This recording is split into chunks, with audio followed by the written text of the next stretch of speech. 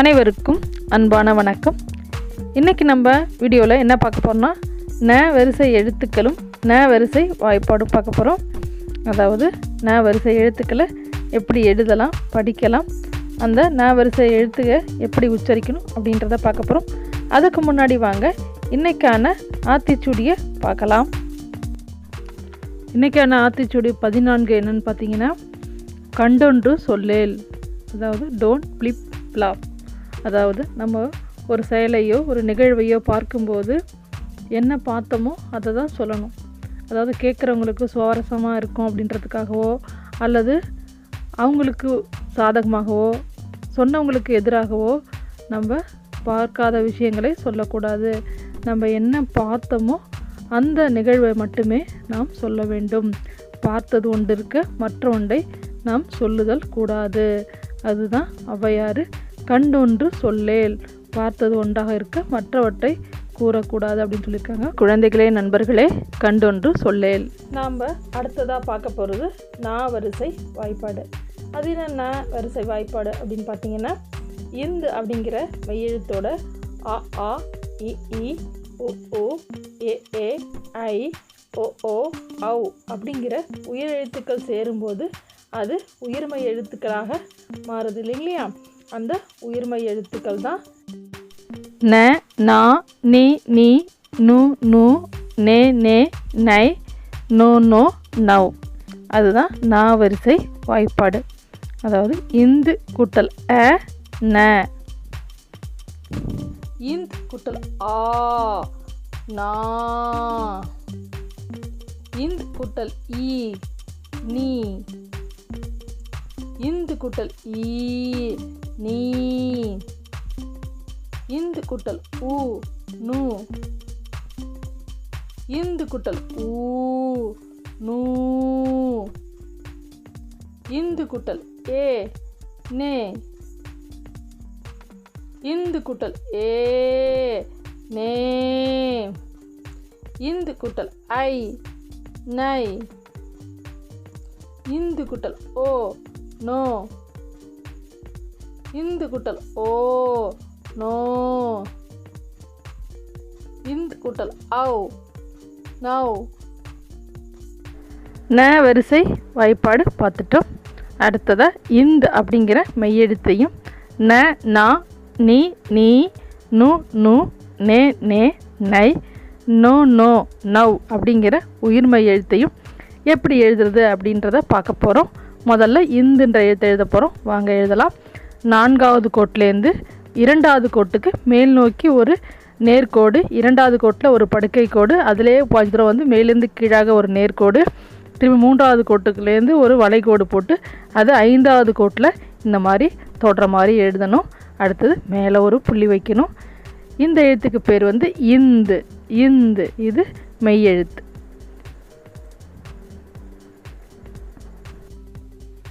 அடுத்ததாக பார்த்திங்கன்னா, முதல்ல நம்ம அதே தான் எழுத போகிறோம். 4வது கோட்டிலேருந்து 2வது கோட்டுக்கு மேல் நோக்கி ஒரு நேர்கோடு, திருப்பி 2வது கோட்டில் ஒரு படுக்கை கோடு, அதிலே கொஞ்சம் தூரம் வந்து மேலிருந்து கீழாக ஒரு நேர்கோடு, திருப்பி ஒரு வளைகோடு, 3வது கோட்டுக்கு போயிட்டு திருப்பி 4வது கோட்டுக்கு வளைந்து 5வது கோட்டில் வந்து முடியணும்.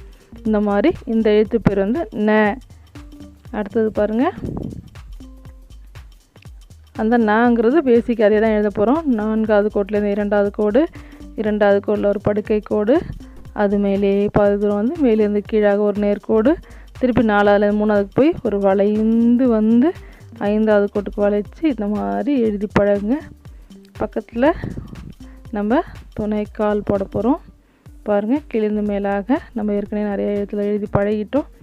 அதேமாரி பக்கத்தில் துணைக்கால் போட்டுங்க. இந்த எழுத்து பேர் வந்து நா. இந்து ப்ளஸ் ஆ நா. அடுத்தது பாருங்கள்,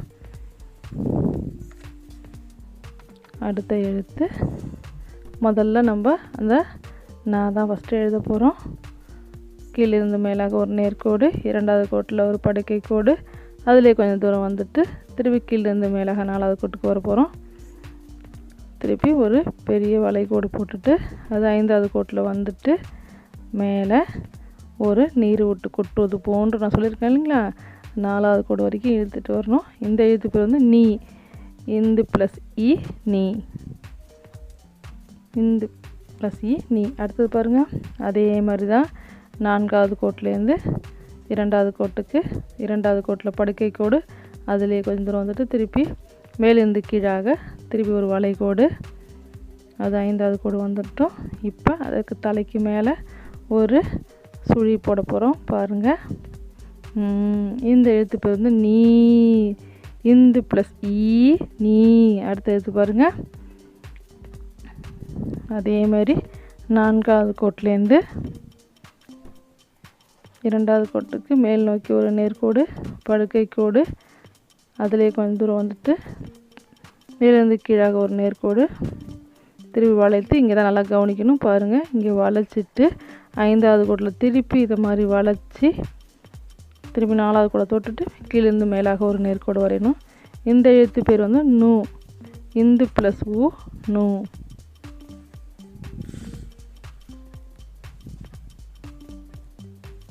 அடுத்த எழுத்து பாருங்கள், அதே மாதிரி நம்ம என்ன பண்ண போகிறோம், 4வது கோட்டிலேருந்து 2வது கோட்டுக்கு மேல் நோக்கி ஒரு நேர்கோடு, ஒரு படுக்கை கோடு, அதிலே கொஞ்சம் தூரம் வந்துட்டு மேலேருந்து கீழாக ஒரு நேர்கோடு, திருப்பி ஒரு வளைகோடு போட்டுட்டு அந்த நூ போட்ட மாதிரியே போட்டுட்டு நல்லா கவனிங்க, கீழேருந்து மேலாக ஒரு கோடு போட்டு பக்கத்தை சேர்ந்த மாதிரி துணைக்கால் மாதிரி ஒரு எழுத்து போடணும்.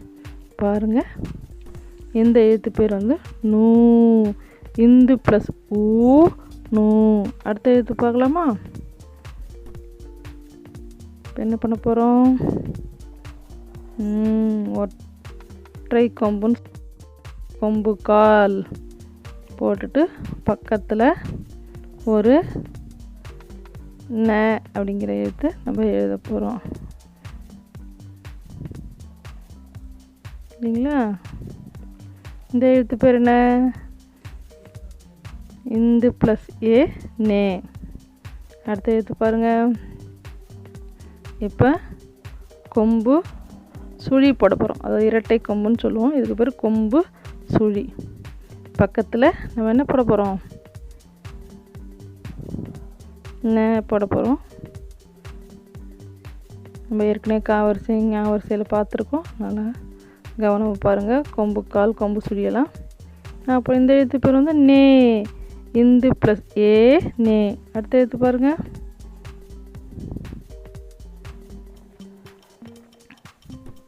இதுக்கு என்ன பேர் சொல்லியிருக்கோம் நம்ம, இணை கொம்பு போட்டாச்சா. பக்கத்தில் என்ன போட போகிறோம், ந போட போகிறோம். கவனமாக பாருங்கள்.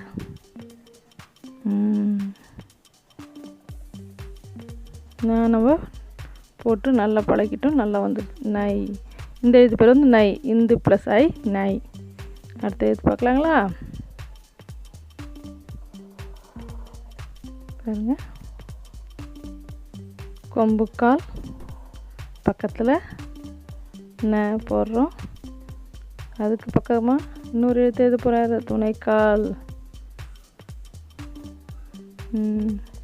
கீழிருந்து மேலாக போட்டு துணைக்கால் நம்ம எழுதியிருக்கோம், அதே மாதிரி எழுத போகிறோம். இந்த எழுத்து பேர் வந்து நோ, இந்து ப்ளஸ் ஓ நோ. அடுத்தது கொம்பு சுழி போட போகிறோம். பாருங்க, கொம்பு போட்டுட்டு மேலே ஒரு சுழி, இதுக்கு பேர் கொம்பு சுழி, இரட்டை கொம்புன்னு சொல்லுவாங்க நம்ம பேச்சு வழக்கில். பக்கத்தில் நான் போட போகிறோம், அதுக்கு பக்கத்தில் என்ன போட போகிறோம், துணைக்கால் போட போகிறோம். இந்த எழுத்து பேர் என்ன சொல்லணும், நோ, இந்து ப்ளஸ் ஓ நோ. அடுத்தது இந்த எழுத்துன்னு பார்க்கலாங்களா? இப்போ கொம்பு கால், கொம்பு போட்டாச்சு, பக்கத்தில் கால் மாதிரி போட்டு பக்கத்தில் ந போட போகிறோம். அடுத்துக்கு பக்கத்தில் என்ன போட போகிறோம், லகரம். வெரி குட், வல்லின லகரம் போட போகிறோம். மிக நன்று, எல்லாம் நல்லா சொல்லிட்டீங்களா கரெக்டாக. வல்லின லகரம். இந்த எழுத்து பேர் வந்து நவ், இந்து ப்ளஸ் அவ் நவ். இப்போ இந்துங்கிற அந்த எழுத்தையும் அந்த நாவரிசை எழுத்துக்களையும் எப்படி சொல்கிறதுன்னு பார்க்கணும். நாய் அப்படின்னு வருது இல்லையா, அதில் நான் இருக்கு இல்லைங்களா, நாய் வந்து நன்றி உள்ள விலங்கு. நன்றி அப்படின்ற வார்த்தை நான் இருக்குது, அதை அப்படி எப்படி சொல்கிறதுன்னு பார்க்க போகிறோம் பாருங்கள். இந்த நன்னா நினி நுனு நினி நை நுனு நௌ. இந்த நன்னா நினி நுனு நினி நை நுனு நௌ. இந்த நன்னா நினி நுனு நினி நை நுனு நௌ. இந்த நன்னா நினி நுனு நினி நை நுனு நௌ. இப்போ குழந்தைகள் வந்து நான் வரிசை எழுத்துக்களை பார்த்திங்கன்னா எங்கள் பகுதியில் காக்கானா அப்படின்னு சொல்லுவாங்க. ஏன்னு பார்க்கலாமா? பாருங்கள் இந்த காணொலியை.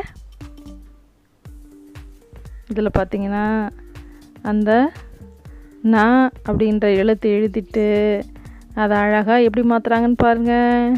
இந்த பக்கம் ஒரு கோடு போட்டுட்டு, இங்கே ஒரு கோடு போட்டுட்டு, அதுக்கு ஒரு அழகு வரைஞ்சிட்டு, இங்கே வந்து ஒரு கண்ணு வரைஞ்சிட்டாங்க, இங்கே வந்து ரெக்கை வரைகிறாங்க, பின்னாடி வால்லாம் வரைஞ்சிட்டாங்க. இப்போ பாருங்கள் எப்படி ஆயிடுச்சு, காக்கா உருவம் வந்துருச்சுங்க இல்லையா.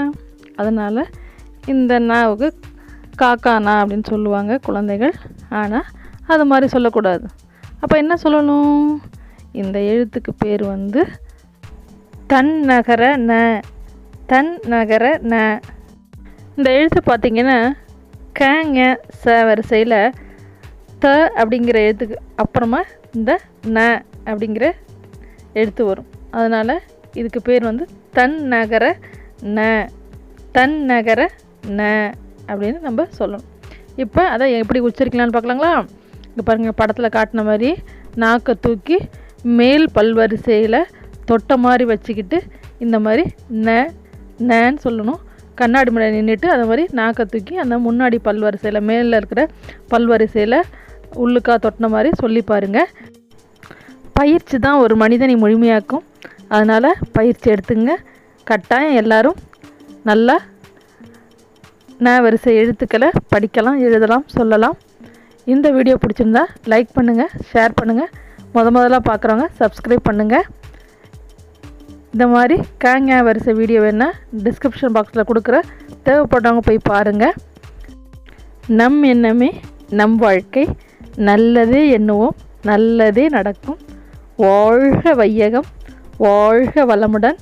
நன்றி, வணக்கம்.